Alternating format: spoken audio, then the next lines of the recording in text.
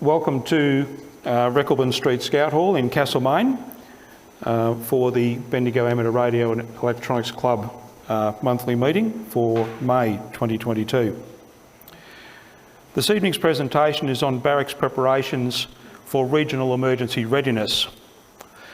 Now, none of the following statements propose direct interaction with any state-based emergency agency or its communications network. All proposals are geared toward the continuation of civil and community services disrupted by the failure of public communications networks which are not currently addressed under existing emergency planning arrangements. So I just want to make that disclaimer before we start. BAREC's strategic plan for 2019 to 24 states in part, it is significant that all four of BAREC's participants in the City of Greater Bendigo's strategic planning class gave a virtually identical answer when asked what they wanted a newspaper headline to say about our organisation. Put simply, it was that BAREC had stepped in at a moment of crisis to provide emergency communications when public infrastructure networks had failed. Around the world and throughout the history of the last century, the expertise of amateur radio operators has proven itself consistently at such times. In the face or aftermath of natural disaster, no other communications network capability has ever matched amateur radio for survivability, flexibility, scalability, coverage or speed of deployment. It is entirely appropriate that the City of Greater Bendigo, as one of the nation's largest regional administrations, should have at its disposal a robust volunteer organisation with these express capabilities that is trained and practiced and that has the support of the community. To this end, exercises and drills will be scheduled and conducted to simulate emergency conditions independently and in coordination with official emergency services and organisations such as WISN. The number of steps involved are many and the challenges are significant. It is expected that a recognisable outcome for this proposal will not be realised until the latter half of the strategic planning period 2019 to 2024. That was in June 2019. It's now May 2022. We are now in the latter half of our 5-year strategic planning period and BAREC has been positioning itself to take this next and very important step. We're all aware of the warnings of climate science that natural disasters will occur more frequently and will become more severe in the coming century. The catastrophic fires of the 2019 Black Saturday, the flood emergency on the eastern coast of recent months, the fires in Colorado and Greece and the floods in Germany and the UK all bear the same description: unprecedented. In the scientific community, they bear another description: predicted. Climate change is with us now. It is here. There is recognition by all levels of government, from the international to the local, that communities must become more resilient. Resilience is defined as the capacity to recover quickly from difficulties. For a community to become more resilient, it must be aware of its strengths, its weaknesses, and the threats facing it. It must prepare in advance of those threats. It must have a plan. It must practice its plan. So awareness, preparation, planning, and practice are the keys to resilience. Time and again, at the height of these recent emergencies, we see individuals and small groups with scant resources doing extraordinary work. Initiative and cooperation have proven to be the most valuable resources of all.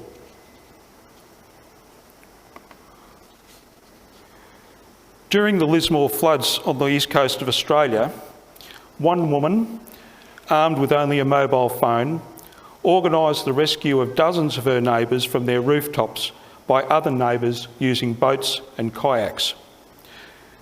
Emergency services would not arrive for another 24 hours. In another case, one man, hiked across the nearby hills with a satellite dish and home-built Wi-Fi system strapped to his back. He then set up a makeshift network service to enable the community to communicate with the outside world when all conventional networks had failed. Alarmingly, while the disaster was still in progress, the 000 emergency system also failed, making outside assistance unobtainable. For a time, this was a community that was entirely on its own. During the Black Summer fires of 2019-2020, telecommunications infrastructure was actually destroyed in the Eastern Highlands of Victoria, leaving some communities completely cut off. In the coastal town of Malakuta, the Royal Australian Navy staged beach evacuations to extract holiday makers and residents after that town was surrounded by fire. While this was happening, frantic relatives continued to seek contact with family members they knew were in the area. This spike in demand overloaded the communications system. Further north, in the Tableland Shire of southern Queensland, a group of farmers with CB radios were able to organise themselves well enough that they are now recognised by the Tablelands Regional Emergency Committee as an asset. During the Black Saturday fires of 2009, the Bracewell Street fire destroyed homes and took life just a few kilometres from the centre of Bendigo. At the same time, the mobile phone network became so overloaded by those seeking help and information that even SMS messages were delayed for days. How many people called the 000 emergency service on that day cannot be known, but anyone who tried may also have found themselves unable to obtain help. These examples demonstrate the fragility of our communication systems during a crisis. The emergency services are, we hope, well served by recent investments in modern communications technology. But this has not been matched by upgrades to public telecommunications infrastructure. The communications networks available to citizens remain vulnerable, making the citizens themselves vulnerable. But there is an alternative. Throughout the last century and around the world, amateur radio has been a mainstay of emergency communications in times of crisis. That is, except here in Australia. Despite decades of effort, WISN, the Wireless Institute's Civil Emergency Network, has not gained the public recognition from emergency services and policymakers that one might expect from such a long commitment, especially when compared to the American Amateur Radio Emergency Service. This is not the fault of the committed individuals within the organisation. WISN has done invaluable work, especially under the auspice of groups such as the Red Cross and the Volunteer Rescue Association of New South Wales. But WISN's operating model and structure prevent the kind of rapid response that is needed to deal with these new emerging threats and which captures public attention.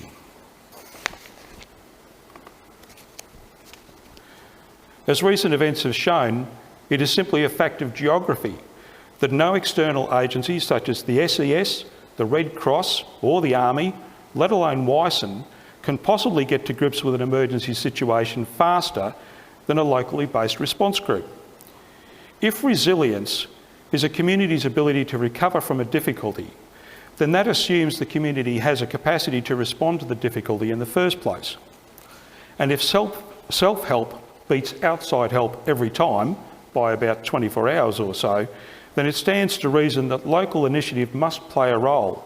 Otherwise, lives will be lost before help arrives. For years, the amateur radio community in Australia has been told, do not self-deploy.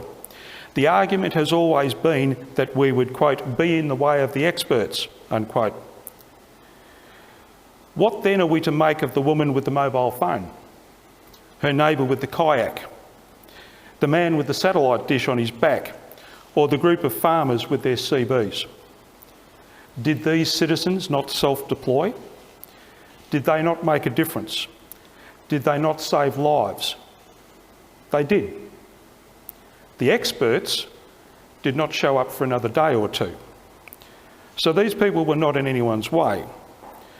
They understood the threat facing them, they had a plan, they had very little time to prepare, and they had no time to practice, only to put their plan into practice.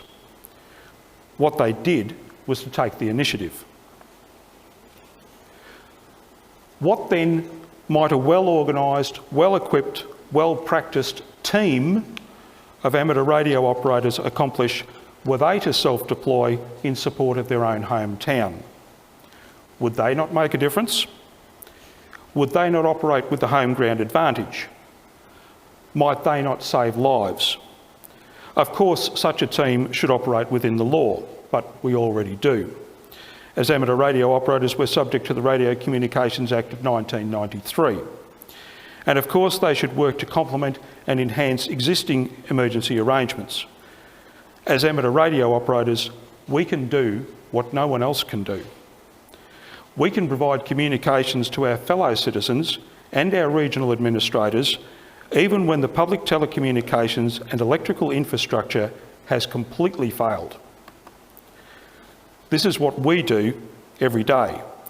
In this, it is we who are the experts.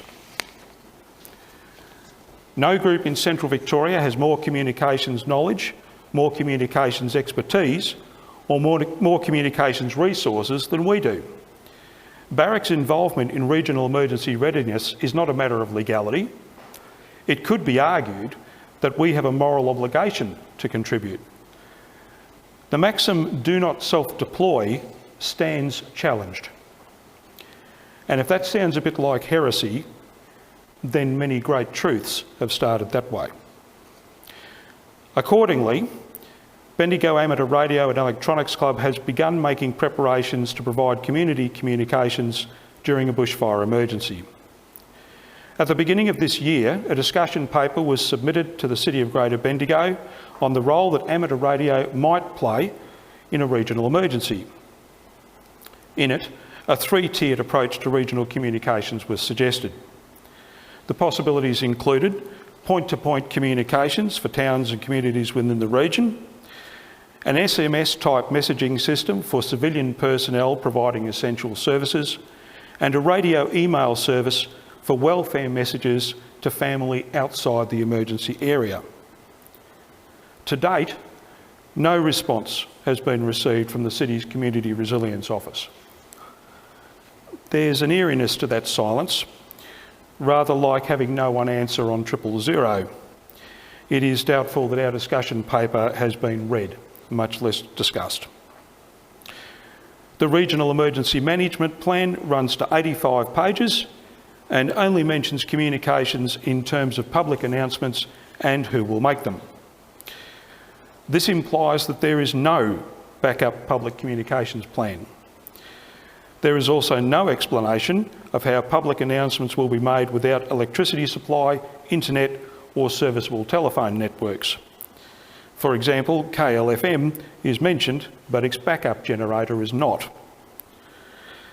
But regardless of any response from the City or the Regional Emergency Management Committee, BAREC's obligation to our community is the same.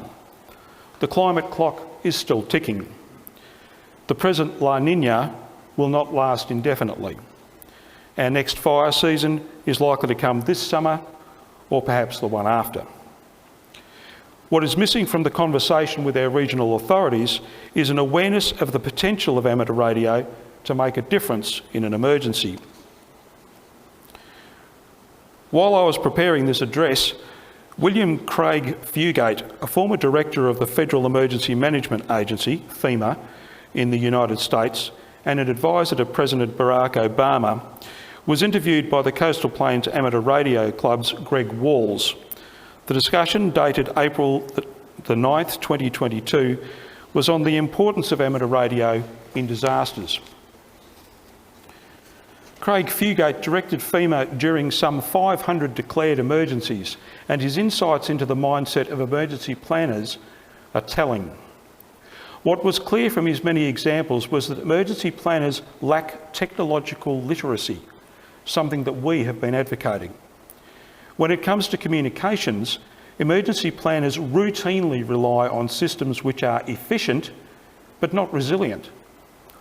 In one instance of cost cutting, a FEMA data cable was strung on power poles in a hurricane zone, causing all communications to be lost at a time when they were most needed. In another, telecommunications service provider AT&T was commissioned to provide a standalone communications network for FEMA, but instead gave it priority on their existing system. When an earthquake struck the eastern US, the network remained intact, but general panic overloaded it, and FEMA workers could not even get dial tone for about 8 hours. In a third instance, a FEMA office could not communicate with its emergency operations centre 30 miles away. So they had another office 300 miles away relay messages by HF radio because no one understood what an NVIS antenna was.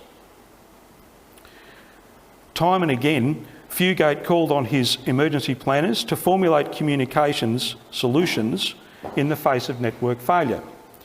Time and again, they discovered that amateur radio was the only viable communications solution in such circumstances. But they didn't like it. They didn't understand it.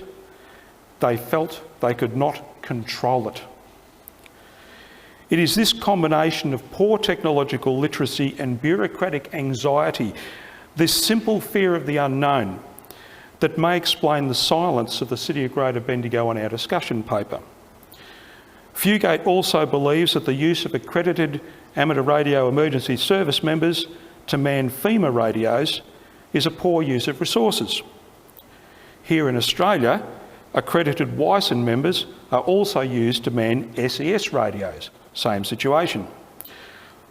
I wonder what the former FEMA director would make of the New South Wales Rural Fire Service decision to use accredited WISN members to man telephones. A waste of resources, surely. The self-deployment of amateur radio operators during Hurricane Katrina was widely praised and described, as described by subsequent inquiries as one of the few things that went right, unquote. Craig Fugate advocates for the independence of amateur radio in emergency planning and for the removal of accreditation barriers which make participation in emergency response more complex or difficult. He argues that the strength of amateur radio is its independence, and the technical barriers to participation in emergency response should not be compounded by bureaucratic ones. Here in Australia, retired Major General Peter Dunn, a former Commissioner of the ACT Emergency Services, is unequivocal in his support for a community initiative in disasters. He is quoted as saying, "Sitting at the top of is the Prime Minister of the country, sitting down at the bottom of the people." That's the hierarchy of decision making.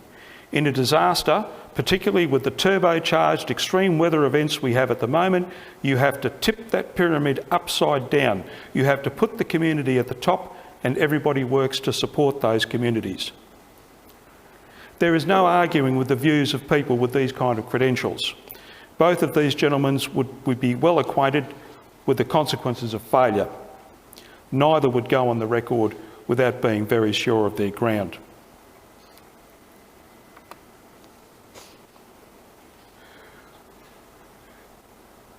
In the bushfire inquiry following the 2019-2020 Black Summer, observation 3.1 states, the Victorian, you have to bear with me with this, I didn't write this, the Victorian emergency management sector's approach to the incorporation of medium and long-term risks and risk-based planning at municipal, regional and state tiers of emergency management is less mature than its approach to seasonal risk.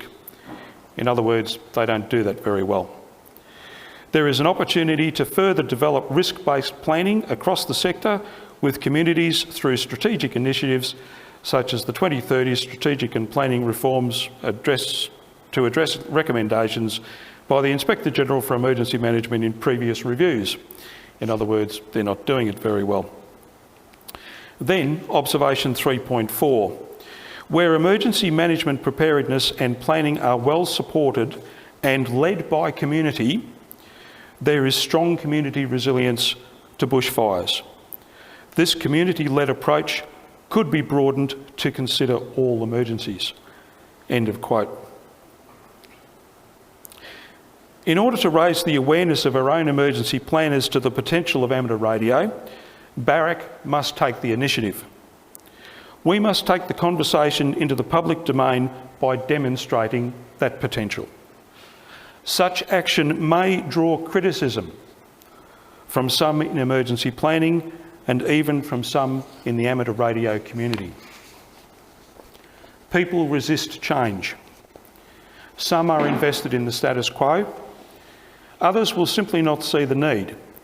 And for many, the idea of a self-organising body of volunteers is alien, despite the fact that it is perfectly normal and absolutely essential. Being right doesn't always make you popular, just as being new to something doesn't always make you welcome. But we are right. We do have our supporters. There are precedents.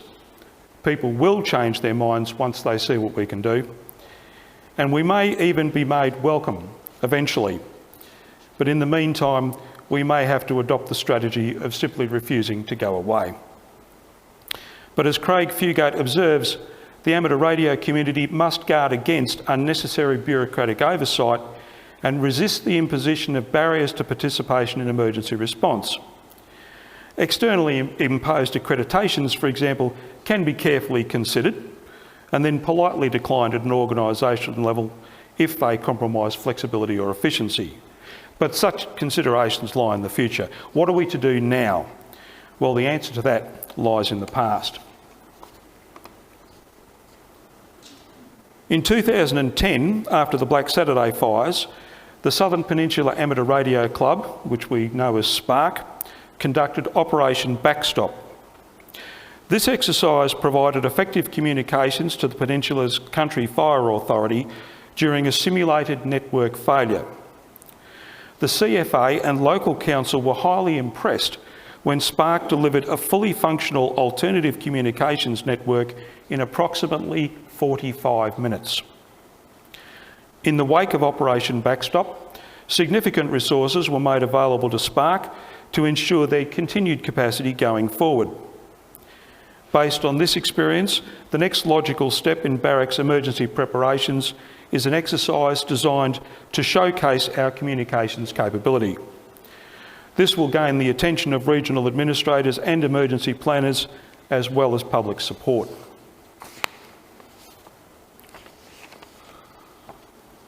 Now, at some point I'm supposed to click this, hang on. Where are we? Somewhere there. Operation Radar, the rapid deployment of amateur radio, is an exercise designed to provide communications resources to the bushfire places of last resort around Bendigo. These bushfire places of last resort, or BPLRs, are locations to which residents are expected to retreat when their own emergency plans fail. The City of Greater Bendigo website lists these locations, but suggests that no support or resources will be available to residents at these sites. Once you are there, you're on your own, apparently. All 8 of these BPLRs within Bendigo lie inside an 8-kilometre radius of BAREC headquarters. BAREC can occupy this gap in emergency planning without fear of getting in anyone's way.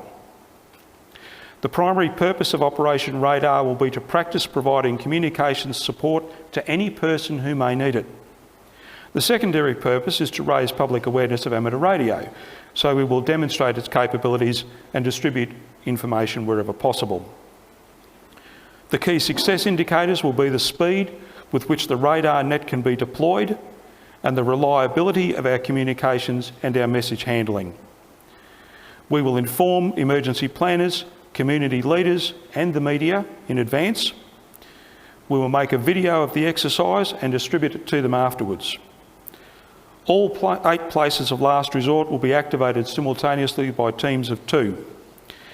The BAREC HQ radio room will act as a coordination hub and net control centre. The exercise will require 20 licensed operators, 16 in the field and 4 at HQ.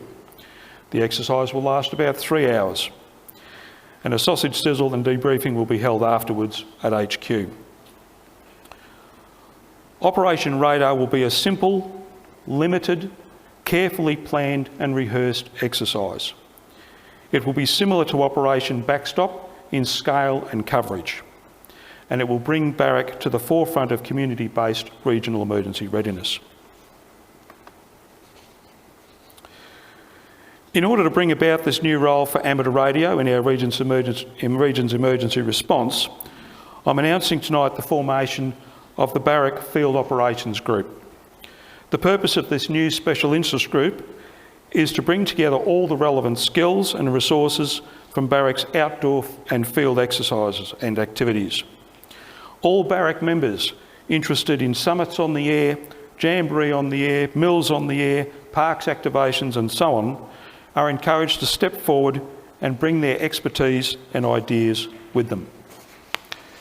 The Field Operations Group will investigate off-grid power sources, batteries and solar panels, lightweight antenna systems, how to set up go kits, radio modes for messaging. We will sharpen up our on-air procedures, our message handling and logging skills. We'll learn from other experts about safety in the field and first aid. There will be some new things to learn, but none of this will be hard. We already do radio nets well. We just need to practice doing them very well. There will be indoor and outdoor learning and practice sessions. It will be fun. Learning is always fun. It does require commitment. What kind of commitment? Well, basically the commitment to show up and participate. The purpose of the Field Operations Group will be to make amateur radio an asset to our community. Providing emergency communications for our community is the most important work BAREC can ever do. No one else can do this. No one else can even come close. We are the experts, not anyone else, so this is our job. And we will welcome anyone and partner with any organisation who wishes to help support our community or help support their community in a time of need. Thank you.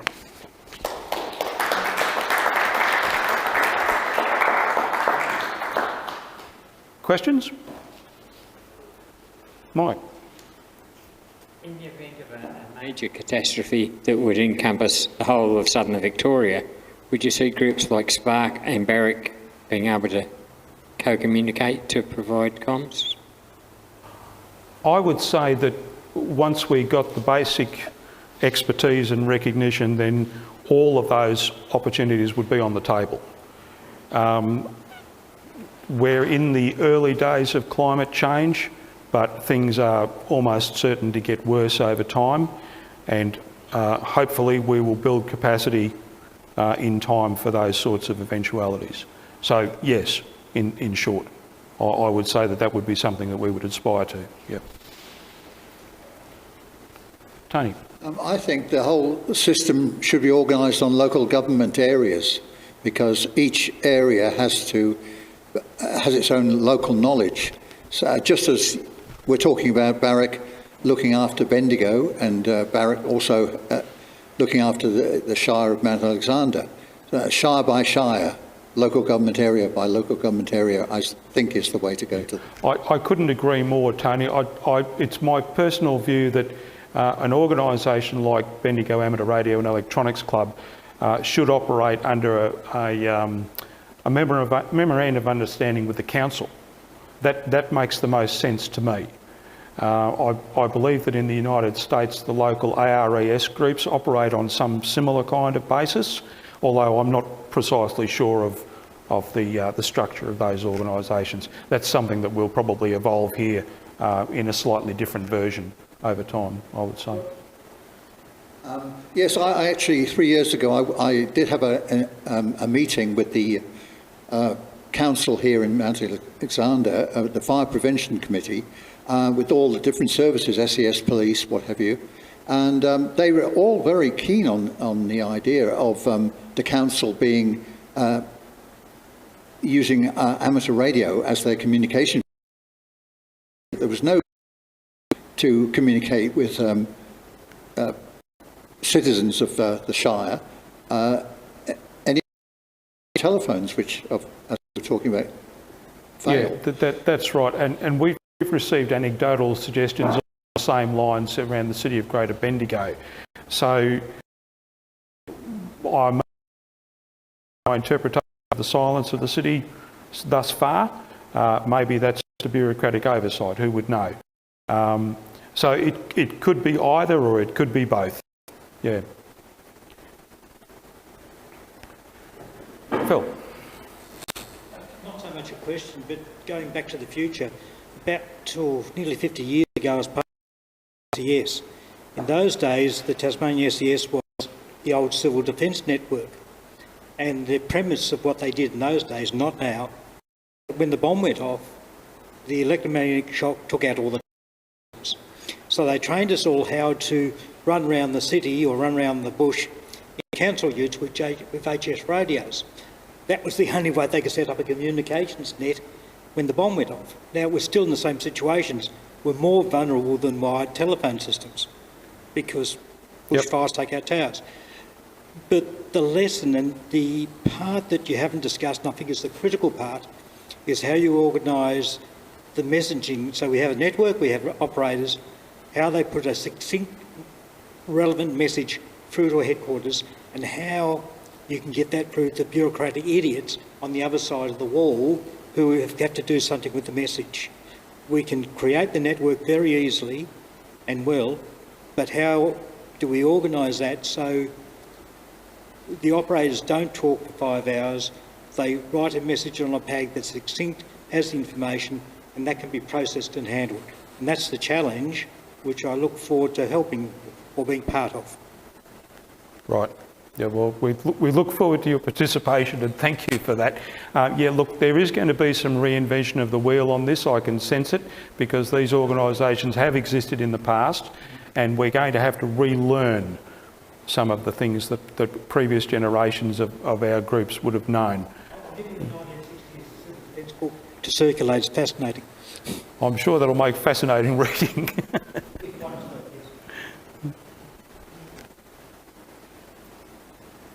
I'd just like to say the position of the fire brigades 80 years ago was unrecognised.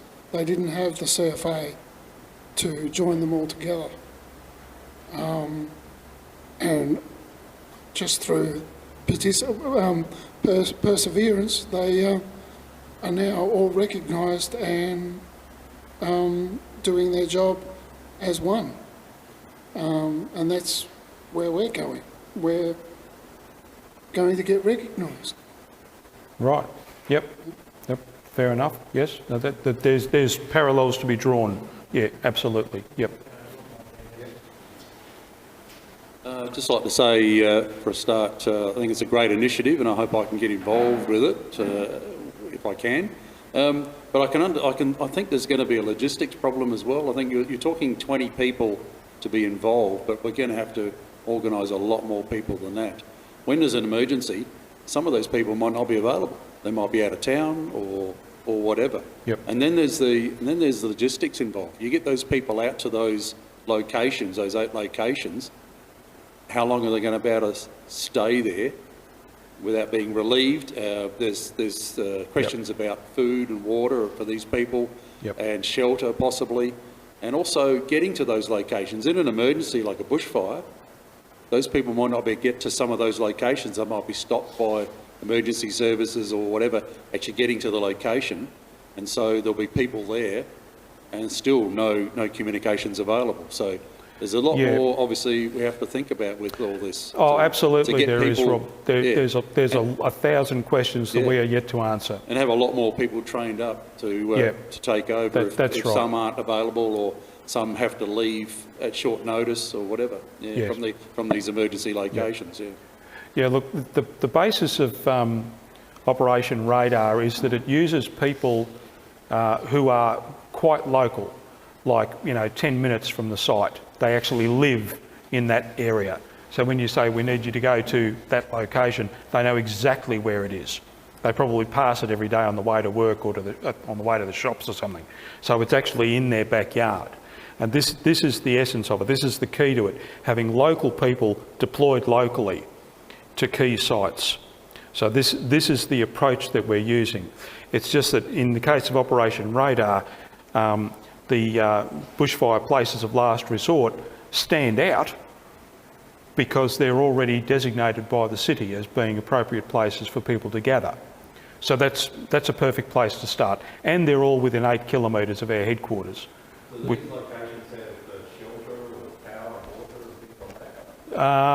They have shelter, but that's about it. There's no mention that I could find in the emergency planning documents for the provision of services or food or water or support of any kind. So you're envisaging HF radio as well as VHF? Yeah, UHF? HF and VHF. Probably VHF for local communications and HF for external messaging to family outside the emergency area. But the details of that are not clear yet. There's a number of suggestions have been put to the council, and as I said, we've heard nothing. Yeah. So it's partly to do. It's somewhere between what we're capable of doing and what the council needs us to be doing, and that's yet to be decided. So if we put together an event organised by ourselves and video it, like you're saying, that's something you can present to the council and say that is the intention. We've held of this it. in a mock emergency, and this is what we're capable of, and then maybe that'll help them decide whether they want to use us or not. That's precisely the approach that we're using. Yes. Yes. Yep.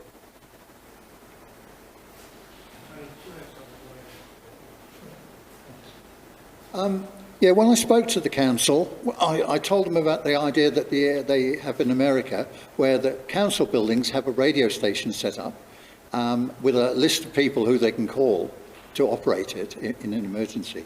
But the communications between people who are trapped or isolated only lasts, the disaster for them only lasts about a very short period, because very quickly normal communications come back. People bring in extra cells, Right. wheels, Yeah. etc. I think our importance is in that crucial 24 hours around the event where people need to communicate out. I've been to expos of SES, police and what have you here in Castlemaine, and everybody I talk to says, we've got fantastic communications, we can talk to our colleagues really well. And I said, well, what about the people in the bush who have lost their telephones and need help? Responses vary from, well, they choose to live in the bush, or, it's a lifestyle thing. Yep. And they have no idea that that's who I'm talking about, is that back channel. They said that the local radio can broadcast to them and tell them what to do, but they can't call for help. So here in Castlemaine, what we're trying to do here is experiment with a system where we all get licensed to operate radios. We form a mesh network, which already exists, because we all can talk to everyone else and they can talk to us. Yep. And BAREC has been doing a great job in getting these people assessed and through the licence. And that's what we're going to experiment with as well here. As I said, we'll work with any organisation which has got those same sort of aspirations that we have, and we would very much welcome the participation of members of the Castlemaine Radio Watch, both in our training, our exercises, any deployments that we may do, and we will support them in any of those endeavours that they wish to undertake on their own initiative as well. We are neighbours, so it makes perfect sense to do that. Yep. With systems overseas, and indeed with the Spark episode, do people use their own equipment, or do the clubs actually invest some money in equipment that can be used at short notice? That's an excellent question, Bruce. Look, the funding of this is a little involved, and some of it's in the pipeline. I won't go into that yet because nothing is clear at this point. But in the case of Operation Radar, we'll be using probably our own equipment. People will bring their own gear. They'll set up a basic station in a box or a milk crate or something, and we'll just see how we go. Right? But down the track, I'm looking forward to having 8, 10, 12 standard Go kits with HF and VHF capability on them, antennas, batteries, portable solar panels, this sort of thing, as complete systems which can be taken out into the field and set up virtually anywhere, and they will be owned by the club and issued to teams who are on deployment, or issued to individuals in advance of an emergency. So as the summer progresses and we look like we're going to get code red days, then that equipment may be issued in advance. But we'll work all this out as we go along. We don't have any clarity on that. Well, there's a lot of that just yet. Yeah. I think that maybe some of the numbers might need to be readjusted. We've seen numerous examples of firefighters who've lost their own house and had to be called off of the fire field to go back and look after their own people. It happens every time, so 10 sort of groups would need to have at least another 10 in backup behind that. Oh yeah, the more people involved, the better. I absolutely agree. But if we can get 20 people onto Operation Radar, then that will demonstrate that we at least have the capability and the commitment to do this kind of thing. And as you say, if people get called out because of the emergency has overtaken circumstances at home or whatever, then yeah, we will learn to accommodate those situations. Yeah. Maybe we should have a backup crew incorporated in Operation Radar. I think we need to learn to walk before we can run at this stage. I think we will be lucky if we get 20. I'd be disappointed if we don't. We do have 20 people with those kinds of capabilities, and not all of them have to be fully licensed or fully capable. We could have sort of student operators or people from outside, such as from Castlemaine Radio Watch, coming in to observe and support and assist. In the first instance, if we get 20 people, good. I'll be happy with that. As we move further along, as the club grows, as the numbers of capable licensed people become greater, then we'll progress accordingly. Yeah.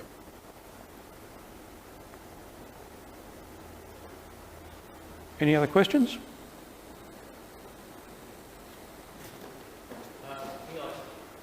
Neil, I just wonder if you mentioned the Spark group. How many other amateur radio groups around Victoria or Australia are looking at doing the same sort of thing? Spark is the only group that I know of who actually did something like this, unless Wyson did something similar, way back in. I didn't find any reference on the public record to Wyson doing this sort of thing. Although Wyson do public events like motor racing out in the bush, this kind of thing, but their approach is a bit different. They go into the site a couple of weeks ahead of the event, they survey everything, they figure out all the displacement of radio waves over the hills and all this sort of business, and they decide what they're going to do and where they're going to do it well in advance of the event. What we're proposing is something not dissimilar. We know where people are likely to gather at these BPLRs. So we sort of know where to go, we sort of know who might be available to go there, we will sort of know what kind of equipment we use. We'll get there eventually. We'll get there eventually. But as far as radio clubs doing this sort of thing on an individual basis, Spark is the only one on the record that I'm aware of. And they were located within their own peninsula. In fact, they would have been operating over an area, well, geographically bigger than what we're proposing, but population-wise, it would probably be comparable. Yeah, I'm not sure how many people live on the southern peninsula, but there's 140,000 in the city of Greater Bendigo. and that compares to, you know, 5,000 or 6,000 at Malakuta. So, yeah. If this sort of thing caught on a bit and more groups took part, then maybe the authorities would be inclined to take it a little bit more seriously if, you know, there's a lot of similar groups doing the same they sort wouldn't of be thing. able to ignore a whole lot of these groups popping up all over the place, that's for sure. Spark has still got some capability to do this kind of thing, but it's been 10 years. You know, people have moved on and you know, there's been different types of fires and, you know, there's a whole bunch of things have changed. Yeah, look, this is something, as was said at the beginning, it's going to become more frequent and more important as time goes on, yeah, at least for the couple of generations, I would say. Yeah.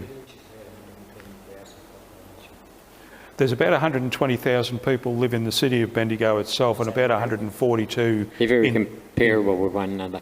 Yeah, yep, that's right. Yeah.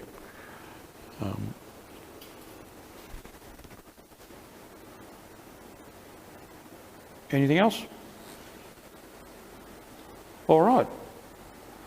Well, thank you for that. It's now 8:30. I think we can safely break for supper.